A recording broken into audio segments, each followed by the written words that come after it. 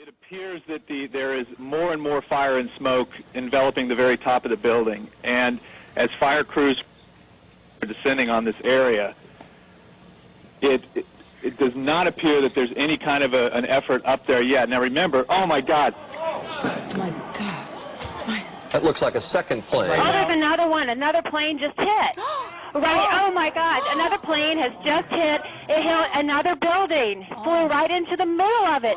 Explosion. Oh my goodness. Oh God. There's another one. Oh my goodness, there's another one. This seems to be on purpose. Oh my goodness. Now it's obvious, I think, that there's a second plane just crashed into the World Trade Center. I think we have a terrorist act of proportions that we cannot begin to imagine at this juncture.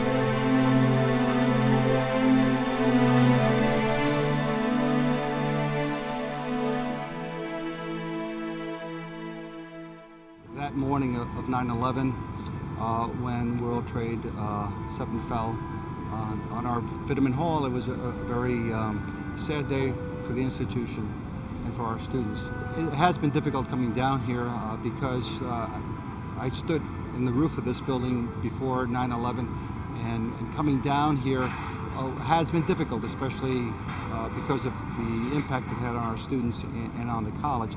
But now it's exciting, and we're really rejoicing at this rebirth of the college.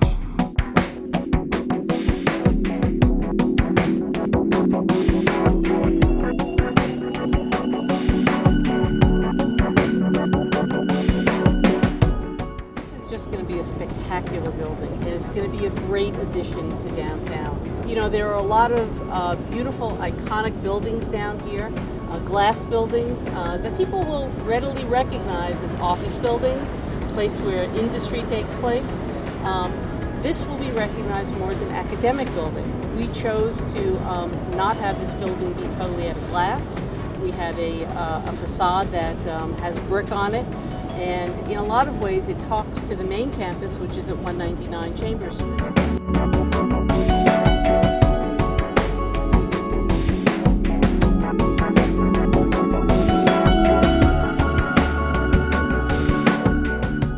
During 9/11, we had about 16,700 students. We currently have almost 24,000 students. So it changed the institution because we had to change. So we're an institution that never closes. We're open 7 days a week. We're open on Sunday evenings as well. And our classes, our last class begins at 11 p.m. They start at 7 in the morning.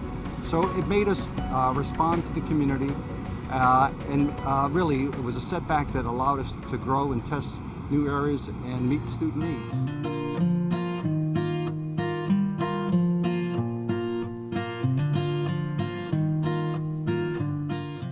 This is going to be a 16-story building. We're going to have 65 new classrooms in the building, as well as 35 computer labs and 130 offices.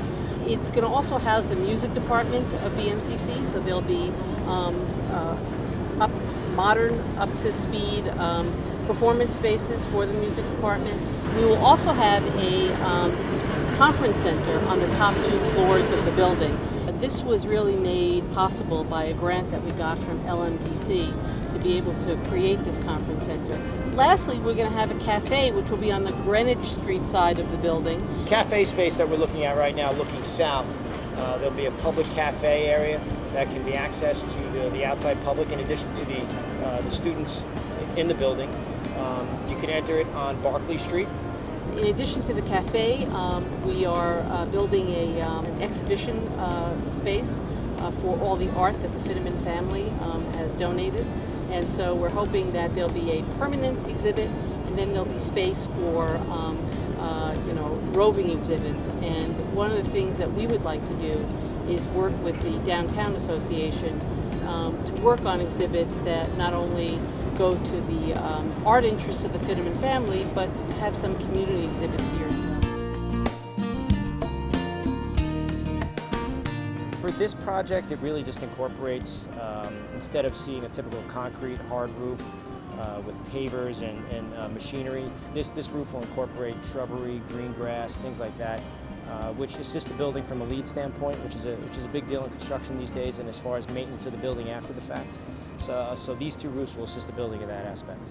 The building will have LEED certification. The goal is to achieve silver status. So we will track the points when we do construction of the building, and at that point, following the completion of the construction, it won't be filed with the USGBC, but it will attain the necessary credits to achieve LEED Silver.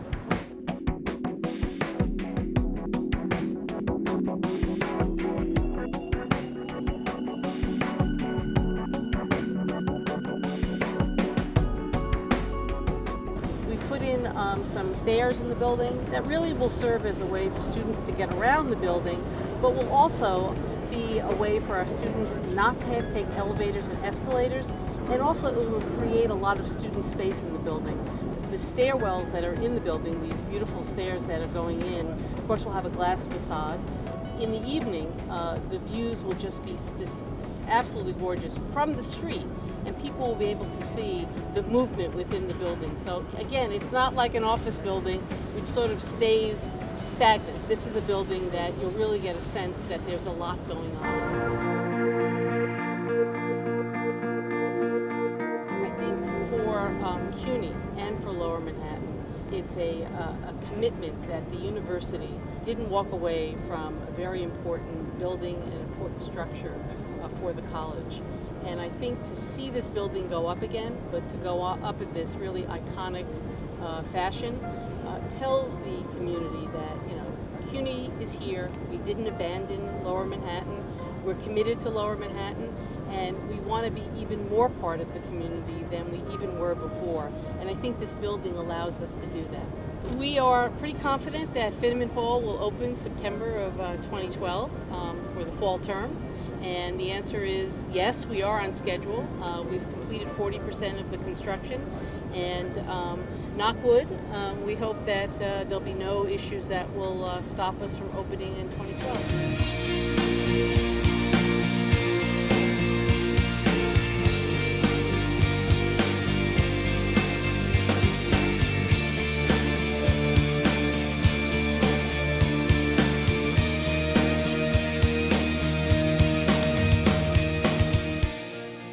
This is the little red schoolhouse in downtown Manhattan, among the towers that will be built around us. So we're really excited that we will stand out even among these giants.